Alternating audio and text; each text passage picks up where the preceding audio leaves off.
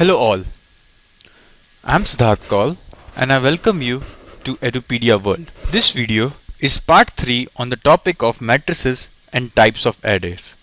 In the previous video, we have seen matrices, types of array, cell arrays, and in part 2 of the video we saw about characters and text.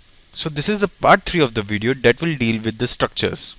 Structures are multi-dimensional Matlab arrays with elements accessed by textual field designators. So as you can see here, a structure can be defined by using a variable dot field name operator. For example, here I create a structure S with the field name first name as S dot first name and assign it a value of SID. Similarly, I create a second field in the same structure as roll number with S dot roll number and assign it a value of 12, and I create a third field marks with S dot marks and assign it a value of 100. So as you can see, a structure is formed having three fields: first name, roll number and marks with the respective values. Like everything else in the Matlab, structures are also arrays. So we can easily manipulate it and add additional elements. Like in this case, each element of the array is a structure with multiple fields. So the fields can be either added one at a time, like I'm adding using 2, s of 2 as first name with the value k, s of 2 roll number as 1, s of 2 marks as 100. Or we can add an entire element in one shot, like I'm doing in line number 5. With sf3, using a struct keyword, I am first passing the field names and then the value to be stored in that field name. So we have first name j, roll number 2, marks as 100. Now when we display the structure s, these structures are large that Matlab is only able to print a summary. So when you type s and enter, you get a summary like this. It says that it is a 1x3 structure arrays with fields, first name, roll number and marks. Apart from being a great way to keep all the related data in the same place, structure provides us with ways to extract portions or whole set of data out from it. We can retrieve data of whole structures and manipulate it in some particular ways.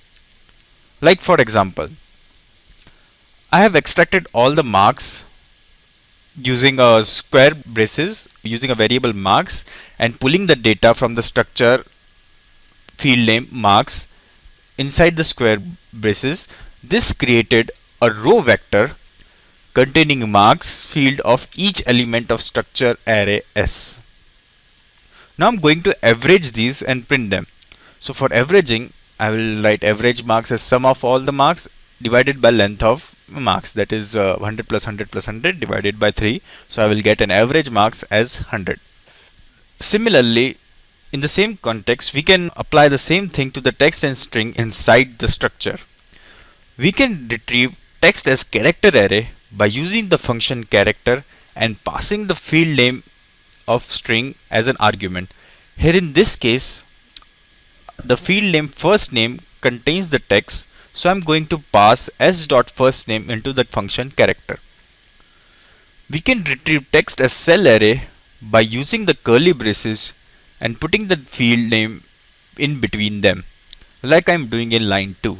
Here I am putting s dot first name inside the curly braces and hence I am getting a cell array called names. We can also retrieve data into separate variables. So for example, like in this case, the current case that we are having a structure S with three names inside it: SID, K and J. So we can retrieve all these three names into different variables. To do this, we put three variables inside the square bracket on the left side of the assignment operator, and on the right side of the assignment operator we pass on the field name. Here in this case it is s dot first name. Dynamic field names. So the most common ways to access the data in a structure is by specifying the name of the field that you want to refer. Another means of accessing structured data is to use dynamic field names. These names basically express the field as a variable expression that Matlab evaluates at the runtime. The dot parenthesis syntax shown in line 1 is an expression to a dynamic field name.